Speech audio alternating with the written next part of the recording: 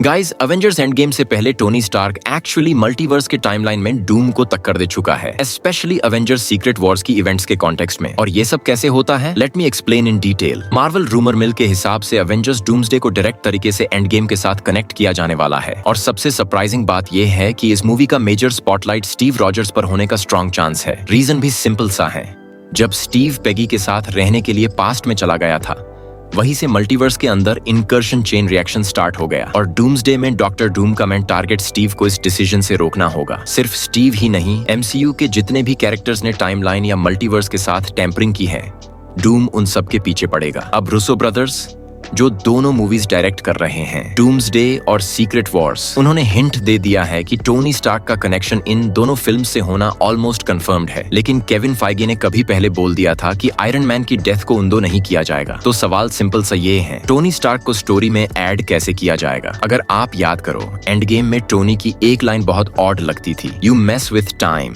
It tends to mess back, you'll see. मतलब अगर तुम टाइम के साथ खिलवाड़ करोगे, टाइम तुम्हें वापस जवाब देगा और तुम्हें समझ आ जाएगा। अगर आप एंड गेम का वो पूरा सीन नोटिस करो, हल्क के स्नैप रिवर्स करते ही स्कॉट बर्ड्स को वापस आते हुए देखता है, हॉकाई को लॉरा का कॉल आता है, सब कुछ काल्म और इमोशनल लग रहा होता है, और उसी पल थानोस अटैक करके पूरा एवेंजर्स कंपाउंड तबाह कर देता है। उसके बाद एक मोमेंट आता है जहां टोनी कैप्टन अमेरिका की शील्ड लेकर आता है, कैप को उठाता है और स्टीव कंफ्यूज्ड होकर पूछता है कि यहाँ क्या हो रहा है। तब टोनी वही लाइन बोलता है, When you mess with time, it tends to mess back। तुम्हें पता लग ही जाएगा। थ्योरी के हिसाब से टोनी को पता इसलिए था क्योंकि उस मोमेंट पर वो फ्यूचर के सीक्रेट वॉर्स टाइमलाइन से डॉक्टर डूम को फेस करके वापस आया था। उसने टाइमलाइन और इनकर्जन्स की प्राइस देख ली थी। ऑरोरा की तरह टोनी को समझ आ चुका था कि स्टीव का पास्ट में रहना कितना बड़ा इफेक्ट क्रिएट करता है। यह थ्योरी कहती है कि अवेंजर्स सीक्रेट वॉर्स में जो टोनी स्टार्क हम देखने वाले हैं, वो एंड गेम वाली टाइमलाइन का टोनी ही होगा,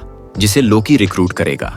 जैसा एंड गेम में टाइम हाइस्ट हुआ था, यहाँ लोकी का मिशन होगा टाइम हाइस्ट 2.0, डूम को रोकने के लिए मल्टीपल परफेक्ट हीरोज को गैदर करना। लोकी एग्जैक्टली एंड गेम के उसी मोमेंट पर अराइव होगा जहां थानोस ने कंपाउंड ब्लास्ट कर दिया था और टोनी एक कॉर्नर में गिरा होता है। लोकी टोनी को उठाएगा, एक पोर्टल से TVA में लाएगा, डूम के बारे में सब बताएगा, मल्टीवर्स और इनकर्शंस का पूरा ट्रूथ एक्सपोज करेगा। टोनी TVA में टाइम ट्रैवल और मल्टीवर्स की फुल कम्प्लेक्सिटी सीखेगा। सीक्रेट वॉर्स की फाइनल बैटल में डूम को फेस करेगा, डूम को डिफीट करेगा और फिर वापस वही मोमेंट में रिटर्न होगा जहां से लोकी ने उसे उठाया था। इसलिए एंड गेम में कैप को उठाते वक्त टोनी को सब पता होता है, और इसी रीजन की वजह से एंड गेम के स्नैप के टाइम टोनी का I am Iron Man dialogue और पावरफुल फील होता है, because he had just fought his own multiversal evil variant, Dr. Doom। Doom एक ऐसा वेरिएंट होगा जो टोनी की तरह ही दिखता है, same life, same genius, same journey. बस डूम ने इविल चूज किया और टोनी ने हीरो बनना चूज किया। टोनी डूम को देखकर क्लियर हो जाता है